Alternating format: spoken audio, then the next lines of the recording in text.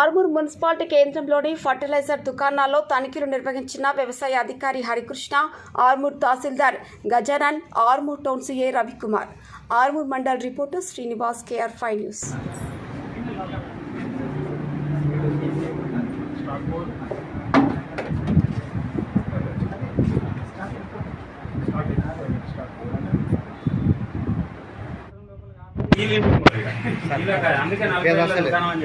ఇక్కడైతే మాకైతే కస్టమర్ మాకైతే బిల్ ఎప్పుడు ఇస్తారు. ఇప్పుడు ఆన్లైన్ బిల్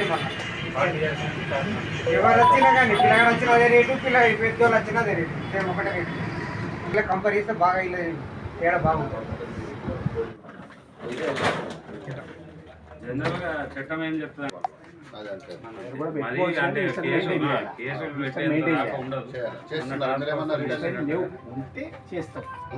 ఉంచామండి. ఎక్స్పైర్ వరకు ఉండే ఉంచారు, రైతులకి ఇయ్యారు.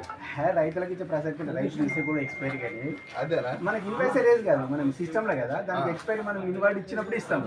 ఆ డేట్ దాటిన అంటే బిల్ రాదు, నో స్టాక్ అని చెప్తుంది. అట్లా నో స్టాక్ అని చెప్తారు సార్. స్టాక్ ఉన్నా కూడా నో స్టాక్ అని చెప్తారు. దానికి కాకపోతే అప్పుడు తెలిసిపోతుంది. అట్లా మీరు డాడీకి కొట్టే ఏంటి లిక్విడ్ ఏమి ఇస్తారు? డాడీకి దేని కొరకు సార్? ఇప్పుడు వడ్లకు ఏమన్నా ఇస్తారా? అలా కాదు, 10 రకాలు ఉంటాయి. నాటిన తర్వాత అనుకున్న సమస్య మీదకి వెళ్ళి తెగులు మందా, పురుగు వచ్చిందా, పోషక లోపం ఉన్నదా, ఏమున్నదని చెప్పి అట్లా ట్రీట్మెంట్ మనం ఏమేడు అసలు కాటనే ఉండదు. మన నియోజకవర్గంలోనే ఉండదు, మన జిల్లాలో బోధనలో ఒక 100-200 ఎకరాలు మన జిల్లాలోనే ఉండదు.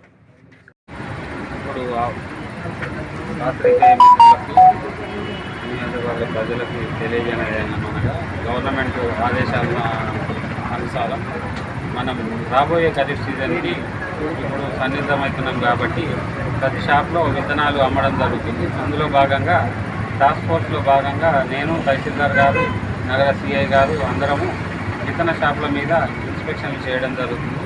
ఏవైనా నకిలీ విత్తనాలు కనుక అమ్మినట్టయితే వాళ్ళ మీద చట్టపరంగా చర్యలు తీసుకోవడానికి వచ్చారు.